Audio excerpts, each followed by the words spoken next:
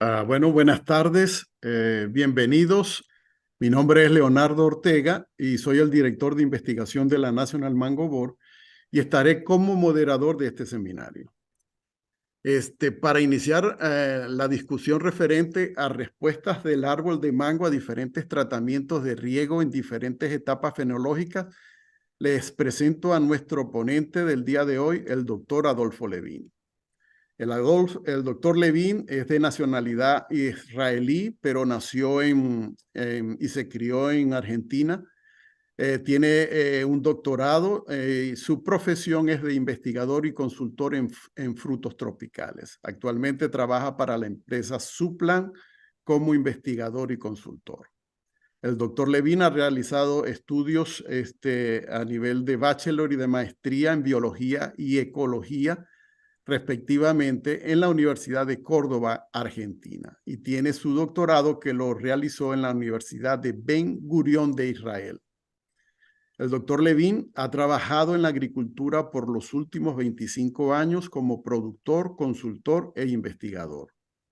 Desde el año 2008 hasta el año 2016 trabajó en el Centro de Investigación Aplicada del Norte de Israel como investigador en frutos subtropicales, principalmente mango y aguacate. Actualmente el doctor Levin trabaja en la empresa Suplan en Israel, una empresa innovadora de agrotecnología que ha desarrollado un método único de riego basado en inteligencia artificial. También ha trabajado como consultor en proyectos agrícolas de mango y aguacate en Panamá, México, Perú y Guatemala. Su campo de investigación aplicada y trabajo se enfoca principalmente en la irrigación, fertilización y fisiología de plantas.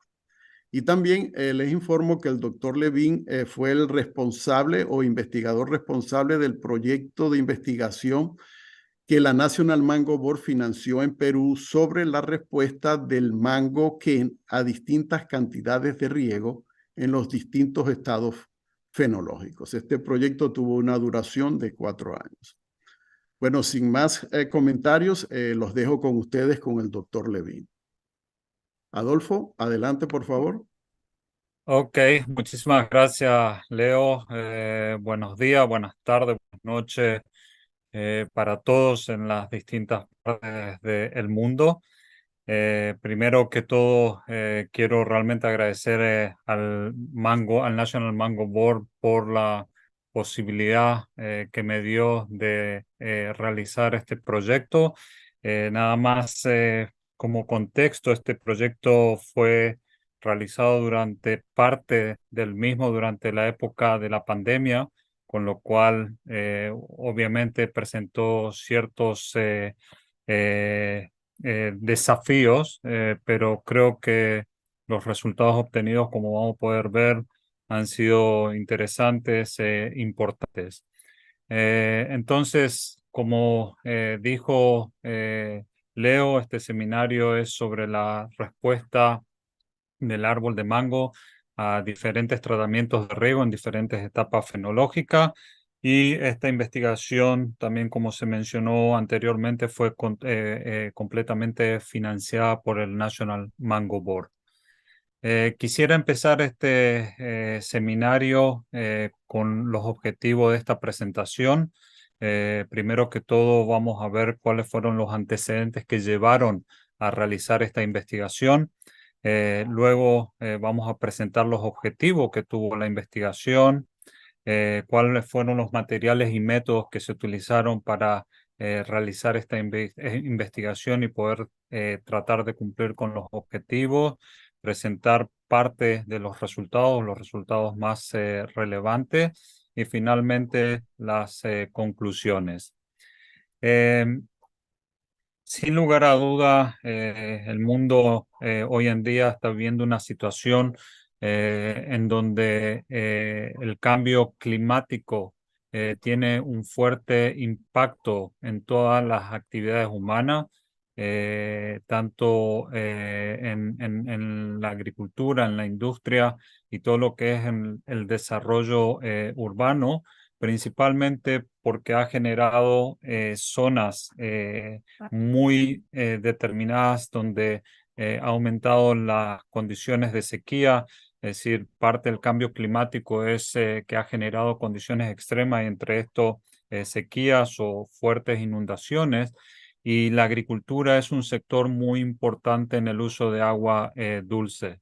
Entonces, la combinación del crecimiento de las necesidades de agua, ya sea por crecimiento de la población, por el crecimiento de las necesidades de industria y por las necesidades alimentarias, hace que combinado con la escasez que se está generando en el agua dulce, el uso de este recurso tenga que ser manejado de forma adecuada para transformar la agricultura en una actividad sustentable.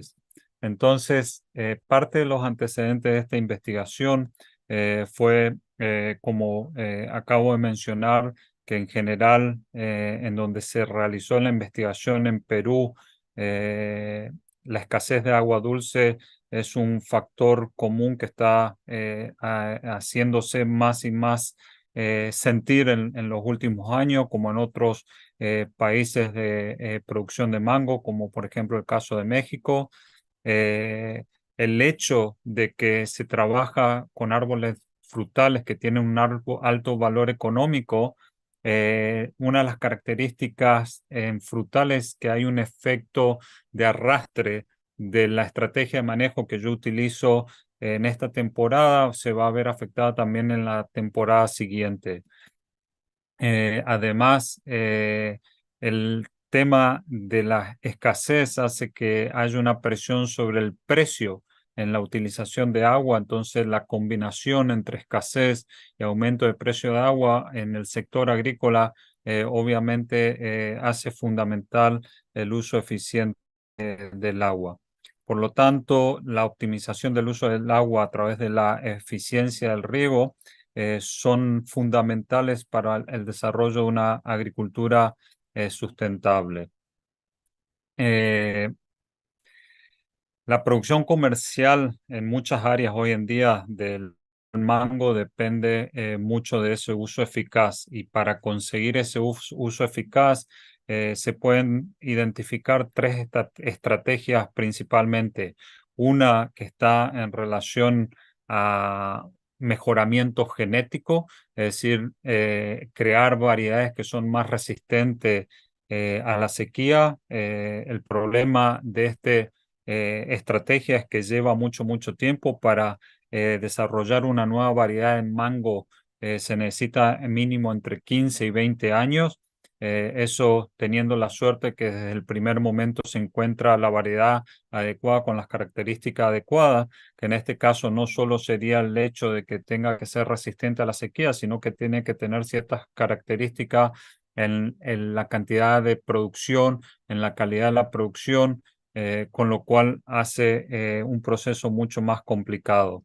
La otra estrategia puede ser a través de prácticas agrícolas, como por ejemplo la utilización de mulching para disminuir la evapotranspiración y finalmente mejoras de las estrategias de riego, que fue la opción que nosotros optamos porque es la opción que puede dar una respuesta mucho más rápida al uso eficiente del agua y a que, digamos, la agricultura sea una actividad sustentable.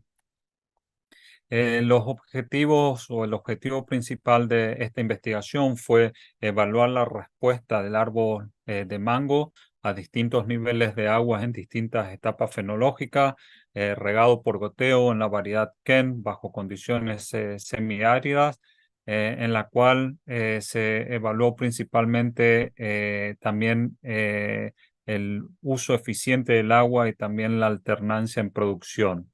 Los objetivos secundarios estuvieron en relación a construir una curva de respuesta del árbol a diferentes niveles de aplicaciones del agua en los distintos estados fenológicos, con el propósito de poder crear una herramienta poderosa para proveer al agricultor con la herramienta de decisión de estrategias de riegos adecuadas para el uso del agua bajo condiciones de escasez. El experimento este se llevó a cabo en el norte de Perú, en el campo de agrícola Colibrí en Sullana. Como dije anteriormente, en la variedad de Ken. El diseño experimental fue completamente al azar, con 5 repeticiones para cada uno de los tratamientos. Cada repetición constó de 5 árboles. Los 2 árboles externos se utilizaron como árboles bordes. Los 3 árboles centrales se utilizaron como los árboles en donde se realizaron todas las mediciones. Los estados fenológicos que se evaluaron fueron 4: el periodo de floración desde el momento de la aparición de la inflorescencia hasta el comienzo del cuajado. El segundo estado fenológico del el crecimiento principal del fruto, desde el comienzo del cuajado hasta el endurecimiento del carozo. El tercer estado fenológico, el crecimiento final del fruto, es decir, desde el endurecimiento del carozo hasta la cosecha. Y el periodo de post cosecha, que se determinó desde el momento que se hace la poda de post cosecha hasta el comienzo del agoste. En este caso, siendo una zona tropical, se utiliza el agoste como estrategia para inducir la floración, o si hubo algún evento de lluvia de más de 20 milímetros, es decir, un evento significativo que ya tuviera impacto en los tratamientos que se estaba tratando de realizar. Em, Esta es la tabla de tratamientos. Se pueden ver 13 tratamientos, el T1, el control, eh, en las distintas etapas fenológicas, como mencioné anteriormente, cómo se denominó cada uno de los tratamientos, y la última columna representa la relación o cuánta agua se aplicó en relación a la evapotranspiración. En el lugar, nosotros colocamos una estación meteorológica física en la cual se evaluaba todos los días la evapotranspiración, y en base a eso y esta fórmula se establecía la cantidad de agua que se iba a aplicar en ese momento para cada uno de los tratamientos según el estado fenológico. Eh, una de las características principales es que del tratamiento T1 al T12 fueron tratamientos que se regaron todos los días con la fórmula que mostré en la tabla, según la relación, según los coeficientes de cultivo. El único tratamiento que se regó de forma automática a través de un sistema inteligente, de un algoritmo que nosotros creamos, fue el tratamiento T13. Simplemente para tener una comparación de una estrategia de riego generada por un algoritmo inteligente comparada con las estrategias de riego que normalmente se usa. Es decir, del T1 al T12, durante la época, digamos, del mango, del año, se regó todos los días cada uno de los tratamientos. El T13 fue el único tratamiento que no necesariamente se regó todos los días. La decisión de cuándo regar y la cantidad de agua a aplicar fue tomada por el algoritmo inteligente. Todo el resto de las actividades en el campo, la poda, aplicaciones o tratamientos contra pestes y enfermedades, se hizo para todas de la misma forma. Las mediciones que se realizaron en este experimento principalmente estuvieron en relación a parámetros fisiológicos como crecimiento del tronco, contracción máxima diaria, que en inglés se denomina MDS, Maximum Daily Shrinkage, eh, y crecimiento de la fruta. Todos estos parámetros se evaluaron con la tecnología utilizada o proveída por su plan, sensores tanto de suelo como de planta, como los datos meteorológicos. En los sensores de suelo sirvió para poder evaluar los porcentajes de humedad de suelo a 20 y a 40 centímetros. Además, tomaron parámetros de producción en la cual lo que se hizo es cosechar de forma individual cada uno de los 3 árboles que había en cada réplica para cada tratamiento. Se pesó fruto por fruto para poder obtener no solo la producción total por árbol y por tratamiento, sino que también el tamaño de la fruta, el número de la fruta y la distribución de tamaño de fruta en cosecha. En base a estos datos también se pudo calcular la alternancia en la producción y el uso eficiente del agua. En cuanto a parámetros vegetativos, se evaluó la cantidad de calidad. En este seminario no presento el dato, pero le puedo decir que lo que hemos observado lo pudimos hacer durante los primeros 2 años, los segundos 2 años en la época de la pandemia ya no se pudo realizar esta parte de la investigación, pero no se vio diferencia significativa en ninguno de estos dos parámetros.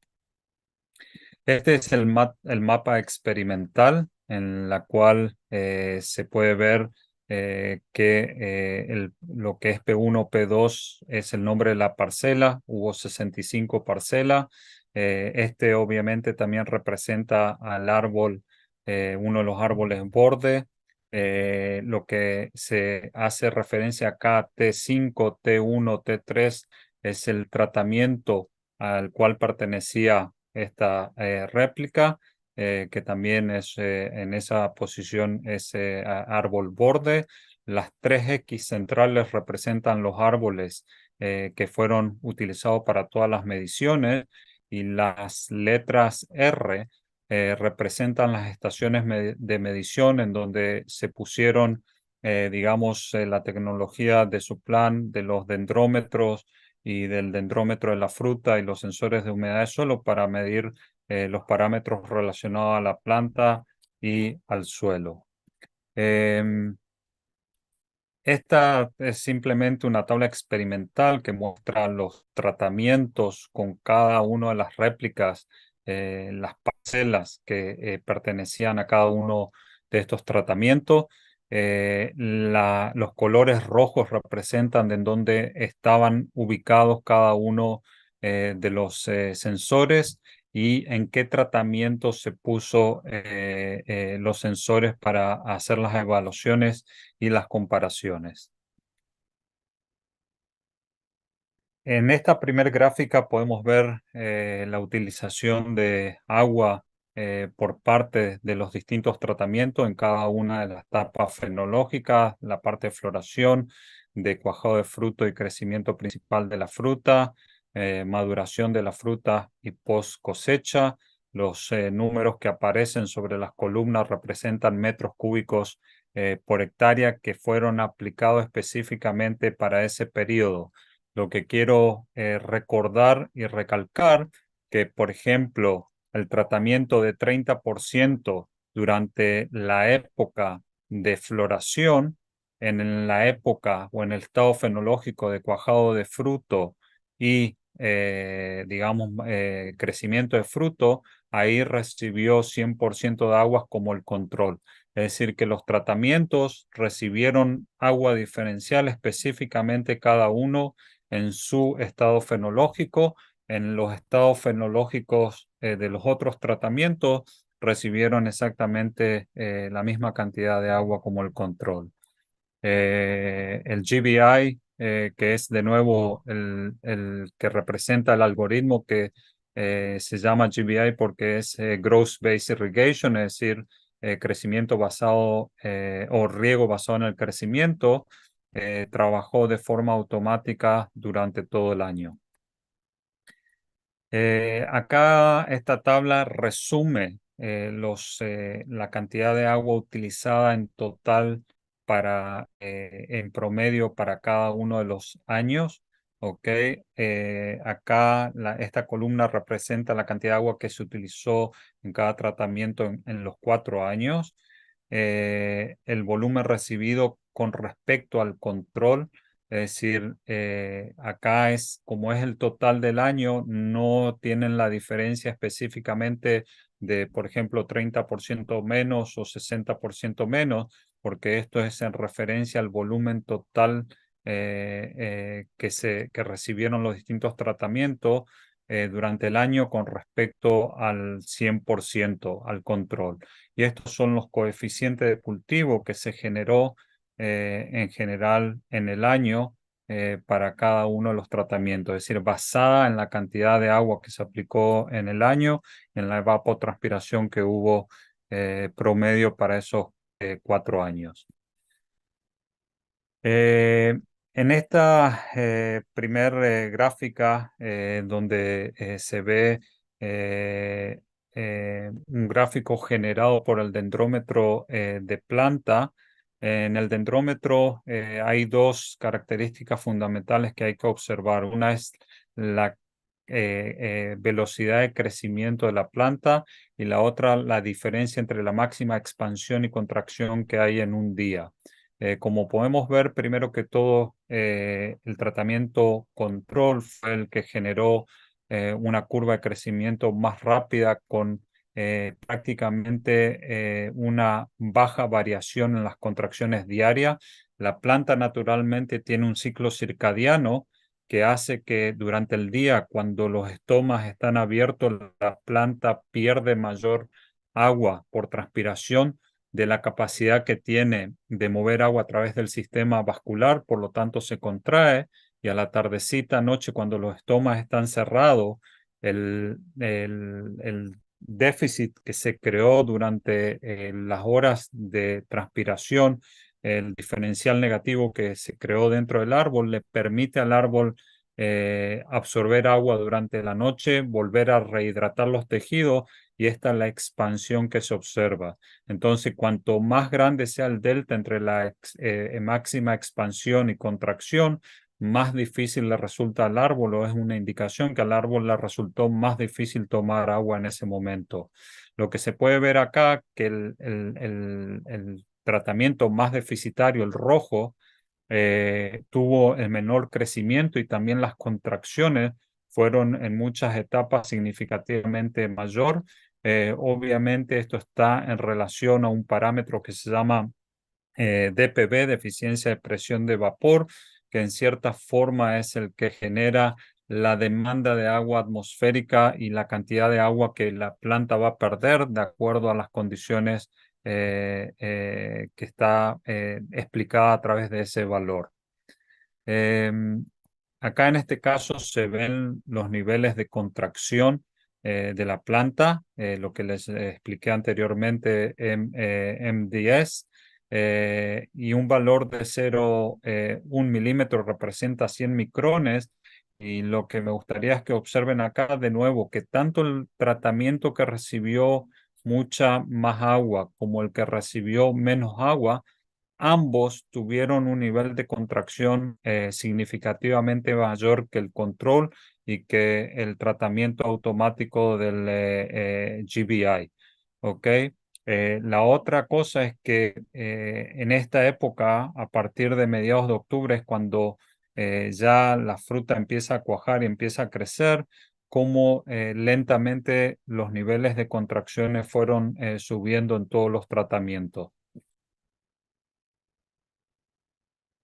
Eh, en esta gráfica se presenta el crecimiento de la fruta, también mostrado por el dendrómetro de la fruta y de nuevo acá coincidiendo con las otras gráficas, las dos gráficas anteriores, se ve que la velocidad de crecimiento en la fruta fue mayor en el control y en el GBI, fue un poco menor en el tratamiento que recibió la mayor cantidad de agua y fue significativamente menor en el tratamiento que recibió la menor cantidad de agua. En este caso se ve el comportamiento de la humedad del suelo en los 20 centímetros, en 40 centímetros, también para en negro el control, azul el tratamiento que recibió mayor cantidad de agua, en rojo el tratamiento deficitario y en verde el tratamiento automático. Y se puede ver claramente como también en el suelo hay una coincidencia, cuanto más alto es el nivel de la línea, el porcentaje de humedad de suelo es mayor, por lo tanto el azul es donde se observó mayor nivel de humedad en el suelo y el menor nivel de humedad del suelo se observó en el parámetro, en el tratamiento más deficitario. Es decir, esto en cierta forma comprueba que realmente lo que teóricamente se trató de hacer es lo que en la práctica realmente sucedió. Acá empezamos a ver el resultado de los tratamientos de producción. En este primer gráfica vemos el tratamiento o los resultados de la temporada 18-19. Se ven tres parámetros acá. En azul, el número promedio de fruta por árbol. En el verde, la columna verde representa el tamaño promedio de la fruta. Y en el rojo, la línea roja representa la producción que hubo por hectárea para cada uno de los tratamientos. Primero que todo, no hubo en este año diferencias significativas en la producción entre los tratamientos en ninguno de los parámetros evaluados, pero lo que me gustaría que presten atención son los niveles de producción que hubo y a pesar de los niveles que fueron por arriba en la mayoría de las 40 toneladas, los tamaños de fruta, a pesar de que ha habido mucha fruta en los árboles, han sido significativamente importantes, es decir, son tamaños muy buenos de fruta para la fruta Kent bajo estos niveles de producción. Cuando para la misma temporada evaluamos la distribución de tamaño de fruta, acá abajo pueden ver los tamaños en base a cajas de 4 kilos, cómo se distribuyen. En la columna azul representa el tamaño grande, verde el tamaño mediano, amarillo el tamaño chico y el rojo tamaño no comercial. Fíjense que prácticamente no hubo ninguna pérdida de fruta porque no hubo suficiente tamaño. Los recuadros con los números representan el porcentaje de fruta que hubo principalmente en la categoría grande y mediana. Y se puede ver que más del 80%, inclusive en muchos casos 85%, de la fruta estuvo dentro de la categoría entre 7 y 4 y 6, ¿ok? Es decir, de fruta grande y fruta mediana. En estos parámetros tampoco en esta primera temporada hubo una diferencia significativa entre los distintos tratamientos. En la temporada siguiente, 19-20, de nuevo, los mismos parámetros, número de fruta, tamaño promedio de fruta, producción promedio, a pesar de que hubo más de 40 toneladas en el año anterior, acá las producciones fueron por arriba de 30 toneladas, también con tamaños grandes de fruta, inclusive tamaños más grandes con un poco menor cantidad de fruta, es decir, la reducción de producción fue principalmente debida a el número de fruta y no al tamaño de fruta. Tampoco en este año hubo diferencias significativas entre los distintos tratamientos. Eh, Acá en esta temporada 2019-2020 se ve también el tamaño, el distribución de tamaño de fruta. Acá la única diferencia significativa que se observó es que la cantidad de fruta chica en el tratamiento durante el crecimiento final de la fruta que se le dio menor cantidad de agua fue significativamente mayor que en el tratamiento que se le redujo 30% en el mismo estado fenológico y con respecto al tratamiento que más, digamos, deficitario durante la época de cosecha. El resto de los tratamientos, en ninguno de los cuatro categorías tuvo diferencias significativas. Acá se ve los parámetros de producción en la temporada 2021. De nuevo, acá se mantuvo una producción buena, en general por arriba o muy cerca o por arriba de las 30 toneladas.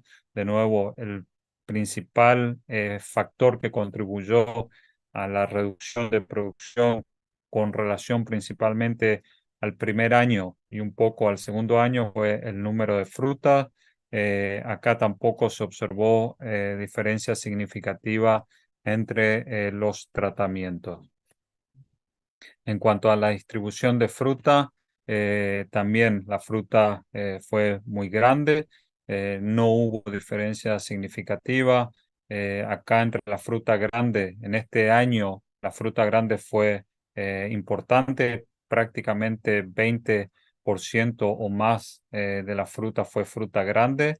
En muchos de los casos se llegó prácticamente un 90% entre fruta grande y fruta mediana, de nuevo con una producción de 30 toneladas por hectárea. Quiero recordarles de nuevo que en todos los años el riego se aplicó de forma diaria. En la última temporada 2021, 21-22, también de nuevo hubo una producción importante de más de 30 toneladas por hectárea, alrededor de 35 toneladas por hectárea, eh, con lo cual también acá la fruta fue de tamaño grande en general. Y cuando evaluamos la distribución de tamaño de fruta, también acá se observa alrededor del 80% de fruta entre mediana y grande, tanto en los parámetros de producción como en la distribución de tamaño de fruta, no hubo diferencia significativa entre los tratamientos. Em, Sin embargo, cuando analizamos todos los años en conjunto para los mismos parámetros, es decir, la producción total y el promedio de producción de los 4 años para cada uno de los tratamientos, acá ya sí se observaron diferencias significativas en la cual el tratamiento de GBI fue el que en promedio de los 4 años produjo tuvo el mayor nivel de producción, 37,8 toneladas por hectárea en promedio, y fue significativamente mayor que el tratamiento más deficitario en la temporada de post cosecha y inclusive que el de control. Uno de los parámetros más importantes a evaluar como productor, que es fundamental, es la alternancia en la producción. Cuando tenemos una alta alternancia en producción, eso puede generar, digamos, un peso financiero muy importante para mí como productor. Por lo tanto, es un parámetro que es muy, muy importante de manejarlo de forma adecuada. Y en este caso, como vimos en los resultados, y acá lo confirma el índice de alternancia en producción, en general los índices fueron bajos. Sin embargo, el tratamiento de nuevo, que no solo fue el que menos producción tuvo de forma significativa con respecto a los otros tratamientos en los 4 años, sino que también fue el más alternante, con una alternancia de casi un 30%. De nuevo, en general, 30% no es una alternancia excesivamente grande, y podemos ver que fue significativamente más alto, principalmente que los tratamientos que fueron más deficitarios o en la cual se bajó un poco el nivel de agua, pero no con respecto a los tratamientos que se dieron más agua. Con respecto a ellos, no hubo diferencia significativa. Cuando vemos o comparamos el uso eficiente del agua, es decir, la cantidad de kilos en promedio que produjo por cada metro cúbico de agua por hectárea, el tratamiento que tuvo el mejor uso eficiente del agua fue el tratamiento con el algoritmo automático, 6,8 kilos por metro cúbico de agua por hectárea, aplicada por hectárea. Fue significativamente mayor que el tratamiento más deficitario en la temporada de floración, y este asimismo fue significativamente mayor que los tratamientos que recibieron mayor cantidad de agua. Es decir, que una de las cosas que se puede ver en estos resultados automáticamente más producción, ¿ok? Ni mejor uso del agua, inclusive puede tener un impacto negativo que lo podemos discutir durante la respuesta, porque puede ser generado este tipo de problema cuando uno da demasiada agua, inclusive bajo condiciones de suelos arenosos, como en este caso en donde se realizó este experimento.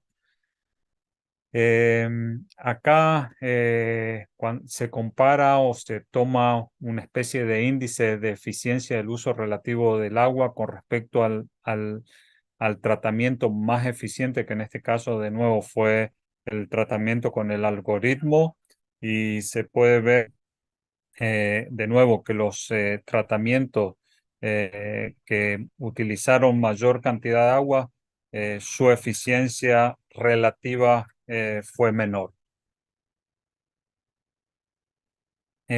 Ahora quisiera mostrarles una gráfica en la cual se relaciona los coeficientes de cultivo que se utilizaron durante las distintas etapas fenológicas con respecto al nivel de producción. En esta gráfica no se incluye el tratamiento número 3, es el 13, es decir, el del algoritmo automático, porque simplemente, como expliqué al principio, una de las diferencias que hubo entre este tratamiento 13 con respecto al otro fue que los tratamientos entre 1 y 12 se regaron todos los días. El tratamiento 13, al ser automático, no siempre regó todos los días. Entonces, no fue incluido en esta gráfica. Acá lo que podemos ver es la parte de arriba es la curva que que describe la relación entre el coeficiente de cultivo y la producción en la etapa de floración. La segunda es en la etapa de cuajado de fruto y crecimiento activo de la fruta. La tercera es maduración de fruta, y la cuarta es el periodo de post cosecha. Como se puede ver, el R cuadrado en la primera etapa, la tercera y la cuarta son muy altos. El R cuadrado significa que, por ejemplo, en este caso, 94% del comportamiento de la producción estuvo en relación al coeficiente de cultivo. eh, son valores muy altos. Y tomando, digamos, el punto en el cual en la mayoría de los casos se llegó al máximo de producción, se puede decir que el coeficiente de cultivo estuvo entre 0,6 y 0,8 para todos los casos, para obtener la máxima producción en cada etapa de los estados fenológicos que se evaluaron. Finalmente, las conclusiones, como vimos cuando se evaluó año por año y se comparó los distintos parámetros de producción, no hubo diferencia significativa en ninguno de los parámetros. Sin embargo, cuando se hizo un promedio de los 4 años, sí se pudo ver que en ciertos parámetros de producción, en la utilización del uso eficiente del agua, sí hubo diferencias significativas. La producción general en la parcela durante los 4 años del experimento fueron muy altas, a un promedio de 34,5 toneladas por hectárea, mientras que en Perú en general el promedio está alrededor de 12 toneladas por hectárea y en México entre 8 y 12 toneladas por hectárea, dependiendo la área. Es decir, que sin lugar a duda, esta parcela experimental tuvo rendimientos muy, muy altos durante los 4 años. Los índices de alternancia de producción, como mencioné, fueron en general bajos. El más alto fue de 0,29 en el tratamiento 11, que también relativamente es un índice relativamente bajo. Eh, Cuando se aplicó agua por más cantidad o el coeficiente de cultivo fue mayor a 1, es decir, los tratamientos de lujo de aplicación de agua, o cuando los niveles de agua que se aplicaron fueron muy deficitarios, se observó en ambos casos una reducción en ciertos parámetros de producción, tanto, es decir, cuando se hizo el promedio de los 4 años, tanto en la producción general como sobre todo en el tamaño de fruta. Digamos, el tratamiento que mostró la mayor eficiencia fue el tratamiento T13, y luego uno de los tratamientos más eficientes también fue en donde se aplicó un déficit de irrigación inclusive importante durante la época de floración. Eh, Creo que una de las condiciones o el hecho de que en Perú se hace agoste, en cierta forma, cuando ya empieza la floración, sobre todo en épocas en donde, o en años en donde no hay suficiente frío, creo que podría ser una estrategia valorable que ayude a mejorar el nivel de floración, la cantidad de floración que se genera para poder generar la producción de ese año. Eh, los resultados observados en este experimento, creo que una de las cosas que indica es que debido a las condiciones experimentales, en este caso de suelos muy arenosos, la frecuencia de riego podría ser un factor inclusive más importante que la cantidad de agua que estoy aplicando. Y no quiero decir con esto que la cantidad de agua no sea importante, pero bajo condiciones de suelos arenosos, cuando una de las cosas que sucede es que la diferencia entre capacidad de campo y punto permanente de marchitamiento son relativamente cortas, con lo cual al regar todos los días, yo evito prácticamente que la planta o el suelo llegue o pase de una condición a otra de forma rápida. Es decir, que creo que acá la frecuencia de riego sí tuvo un peso importante en los resultados que se han observado, inclusive un poco más que la cantidad de agua, y por la misma razón, mucha agua en este caso también tuvo un efecto negativo, porque una de las diferencias entre suelos arenosos y suelos que son arcillosos es que la retención de agua en el suelo arenoso es baja, pero la disponibilidad de agua para la planta es muy alta. Y cuando yo tengo riegos pesados en suelos arenosos, lo que hago es desplazar la mayoría de oxígeno que puede haber disponible para el sistema radicular, y así generar un estrés no por falta de agua, sino por falta de oxígeno. Y eso creo que se vio reflejado en los resultados. Eh, Sin lugar a dudas, cuanto más producción tenga en mi campo, el manejo adecuado del agua tiene un peso mucho más importante, debido a que más fruta significa una mayor pérdida de agua por parte de la planta en relación a la transpiración debido a las necesidades de crear alimento para la fruta que se está desarrollando. Por lo tanto, el buffer que yo tengo para equivocarme en la estrategia de riego es menor cuando tengo niveles altos de producción.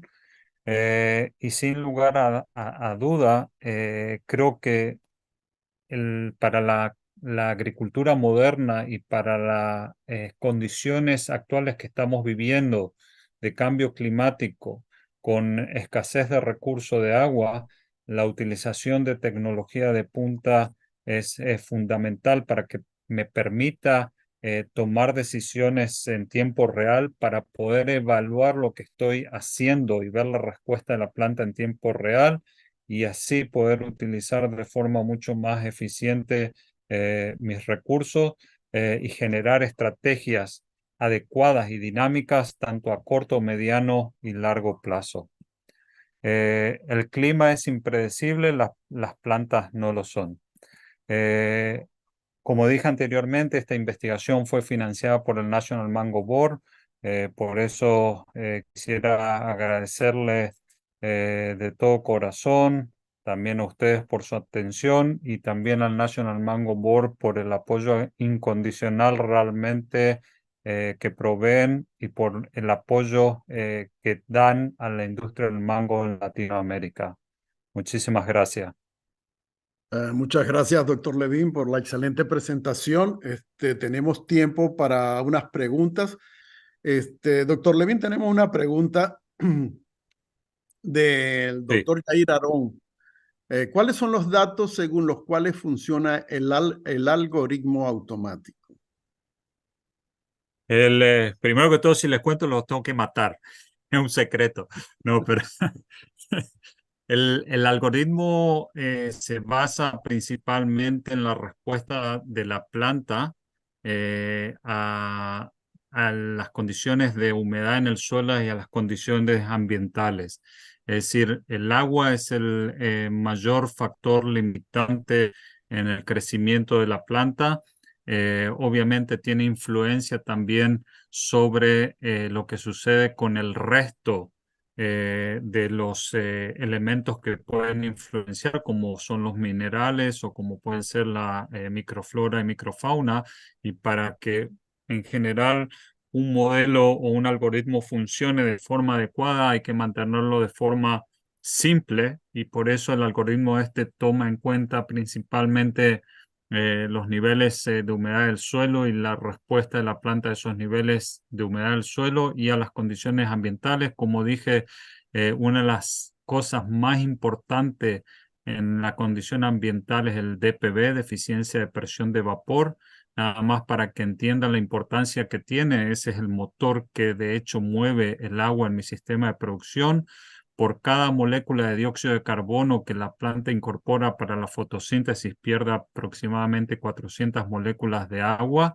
Del 100% de agua que pasa a través de la planta, 97% se pierde a la atmósfera. Por lo tanto, yo como agricultor en realidad estoy regando para satisfacer las necesidades de la atmósfera y no de la planta, porque cuando yo riego de menos, eso va a cuenta del 3% de la planta y no el 97% de la atmósfera. Por eso la planta, para evitar seguir perdiendo agua, cierra los estomas, con lo cual deja de hacer fotosíntesis, con lo cual deja de generar energía para la parte reproductiva o crecimiento de la fruta. Eh, en esos parámetros principalmente se basa el algoritmo. Ok. Doctor Levin, tenemos otra pregunta de Gustavo Domínguez que dice, antes que nada, felicitaciones por su buena presentación. Y la pregunta es Gracias. la siguiente, ¿en este proyecto se tomó en consideración la fertilización en cada etapa o solo fue el agua aplicada por sí sola? Eh, Es una excelente pregunta y eso siempre es un dilema cuando uno hace investigación sobre agua, porque obviamente la fertilización puede sí tener influencia, pero en este caso esta plantación era orgánica, con lo cual recibe el mismo tratamiento para todos los árboles, con lo cual fue un poco menos problemático, pero sí potencialmente puede llegar a tener algún tipo de influencia, pero no es algo que uno puede manejar porque cuando yo doy menos agua en un tratamiento, si yo doy la misma concentración de fertilizante por metro cúbico de agua, significa que al que le estoy dando menos agua va a recibir menos fertilizante, y si le quiero dar la misma cantidad de fertilizante, significa que al que le doy menos agua, la cantidad de fertilizante está más concentrado, con lo cual potencialmente puedo hacer cierto nivel de daño por exceso de sales. Es decir, no hay acá una situación ideal, pero en este caso, siendo orgánico, creo que hubo bastante menos influencia en ese sentido porque todos reciben de forma pareja. Sí, tenemos otra pregunta. Tenemos varias preguntas. Una de ellas es, ¿hay algún estado fisiológico en el cual es requerido un riego más pesado o una cantidad de agua mayor que en otros estados? En general, mi experiencia, lo que me dice o lo que aprendí es que a medida que se va desarrollando la fruta, las necesidades de agua van aumentando, no por la razón de que hay mayor cantidad de tejido que se está desarrollando, sino que lo que sucede cuando la fruta se desarrolla, como la fruta no es un órgano que hace fotosíntesis de forma significativa, todo su crecimiento, toda su energía que necesita para su crecimiento está dada por las hojas que están alrededor de esa fruta, con lo cual esas hojas están constantemente perdiendo reservas de carbohidratos, y por lo tanto eso es una señal para la planta para seguir haciendo fotosíntesis. La condición para la planta para seguir haciendo fotosíntesis es que tenga los estomas abiertos. Como les dije anteriormente, por cada molécula de dióxido de carbono que la planta absorbe, pierde alrededor de 400 moléculas de agua. Es decir, que el solo hecho de mantener más tiempo los estomas abiertos hace que haya una pérdida significativa mayor de agua cuando la fruta se va desarrollando más y más energía necesita para ese desarrollo. Entonces, eso es importante. Ahora, una cosa que también observé en este estudio que hicimos, y también un estudio similar que he hecho acá en Israel, que el estado de post cosecha, cuando yo termino la cosecha y podo, a pesar de que no tengo fruta, el desarrollo vegetativo que voy a tener en esa etapa va a tener una influencia muy, muy importante en la producción del año siguiente. No solo porque ahí se generan los lugares potenciales en donde se va a desarrollar fruta, pero sino que también, por lo mismo que expliqué recién, va a crear ya una relación hoja-fruta potencial, que cuando mejor sea esa relación, sobre todo cuando tengo cargas pesadas en el árbol, me van a permitir tener más frutas y frutas relativamente más grandes. Entonces, obviamente no es la misma cantidad de agua que voy a necesitar potencialmente cuando tengo la fruta, pero no tampoco, como en muchos casos se hace, que se baja de forma significativa el agua durante la época de post cosecha, y eso tiene un impacto, va a tener un impacto en la producción del año siguiente. Gracias, doctor Levin. Tenemos otra pregunta del ingeniero Eddie Martínez que pregunta, ¿qué influencia tuvo en la cosecha la lluvia y temperaturas durante el año en la finca en estudio?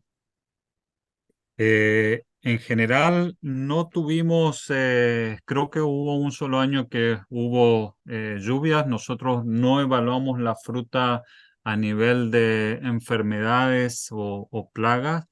Simplemente se evaluó la fruta a nivel de tamaño y cantidad de fruta que se sacó. Entonces, no recuerdo haber observado nada en particular que me haya llamado la atención de nuevo con respecto a esos parámetros. no sé decir, no sé contestar la pregunta en base a plagas o qué pasó después durante el periodo de post cosecha. Ok. Y tenemos una pregunta también del ingeniero Luis Utrera que dice, sinceras felicitaciones, doctor Levin. ¿Cuál sería el Gracias. comportamiento de esta investigación en condiciones tropicales? De nuevo, yo creo que una investigación complementaria a esta, sobre todo de nuevo, bajo condiciones de suelos arenosos, porque yo creo que los resultados hubieran sido un poco distintos, inclusive a lo mejor bastante distintos si se hubiera hecho sobre suelos más pesados.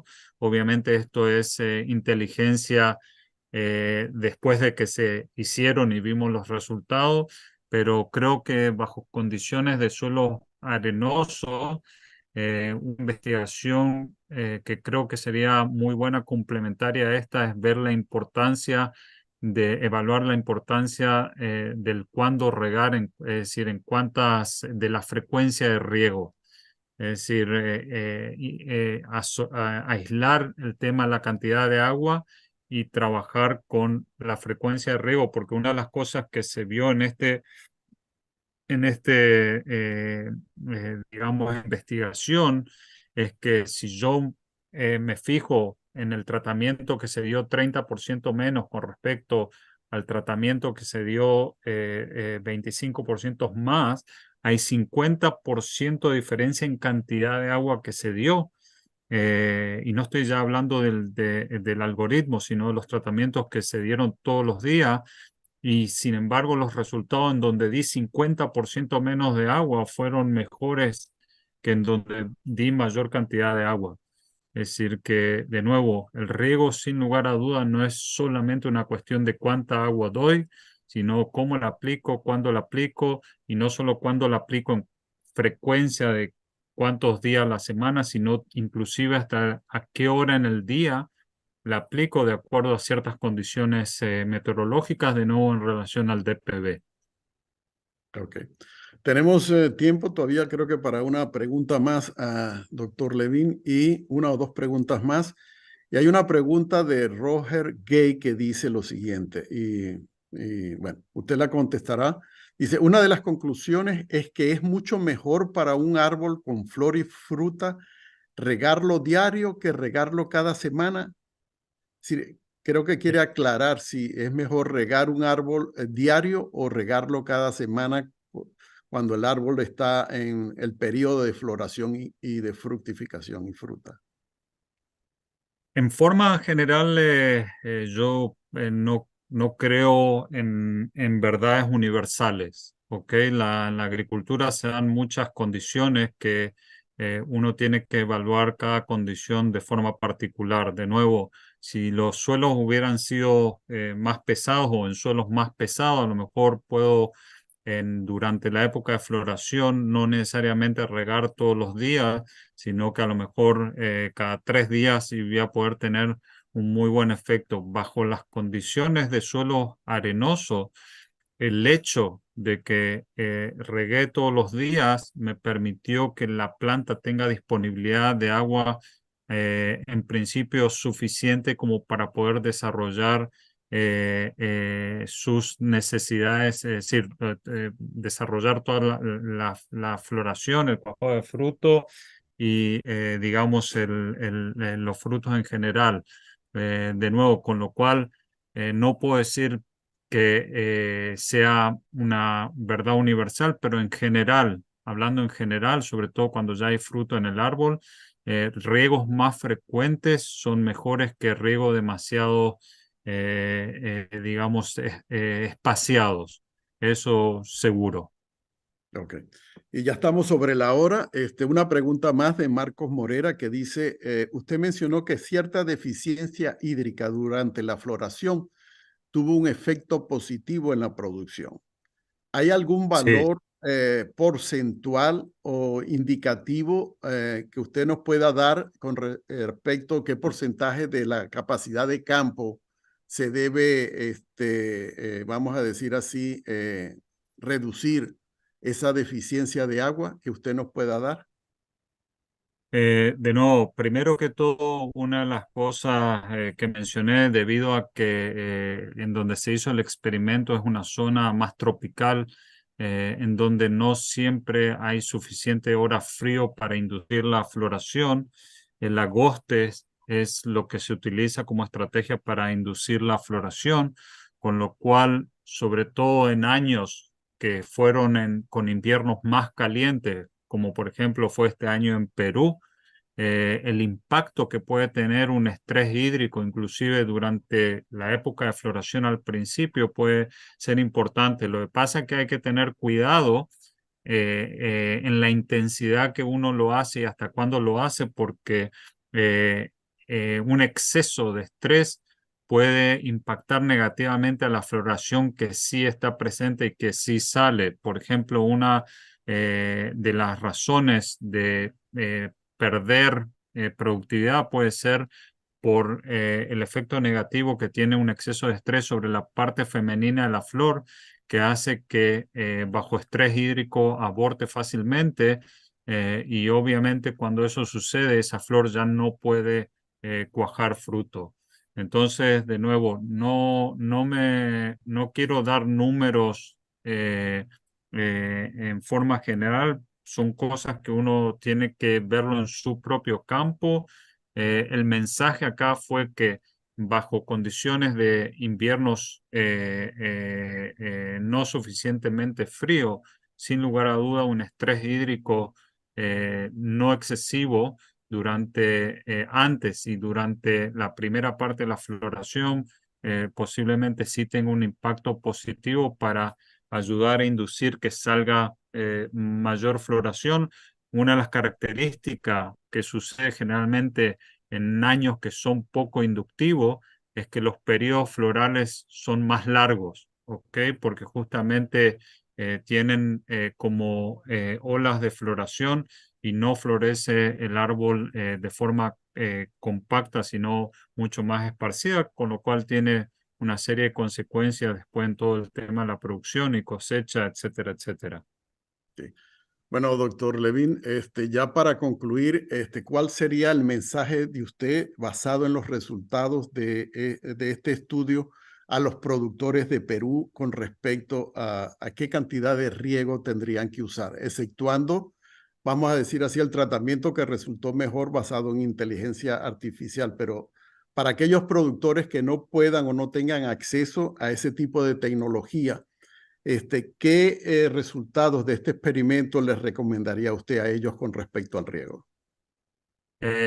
Primero que todo, obviamente, el tema de la tecnología no fue con la intención, obviamente, que la gente ahora tenga que correr y comprar esta tecnología para producir. Obviamente, sí creo que la tecnología es algo importante y va a tener que ser parte de nuestra estrategia de manejo de cultivo en forma general.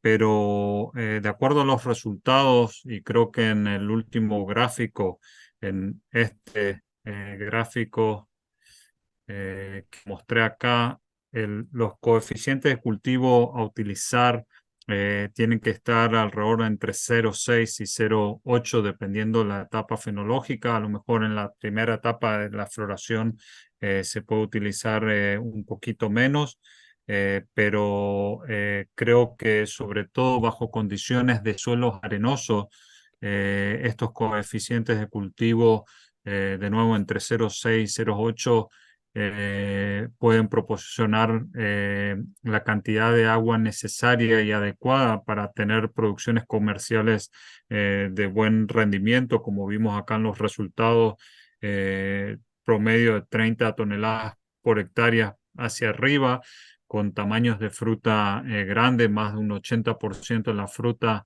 de tamaño entre mediano y grande. Así que creo que eh, esas son los números guías o los números claves. Ok. Bueno, doctor Levin, muchas gracias por su excelente presentación y la excelente información que nos ha dado en este seminario. También, antes de despedirnos, quiero invitarlos a ustedes al próximo seminario que tendremos el 14 de diciembre a las 3 p.m. Con el doctor Rafael Gómez Jiménez Jaimes, perdón, que nos estará hablando sobre la antragnosis en mango y cómo manejarla. Bueno, muchas gracias a todos y con esto concluimos nuestra sesión. Muchas gracias y buenas noches de acá y buenos días y buenas tardes para allá. Gracias, doctor Hasta León. luego. Buenas tardes a todos.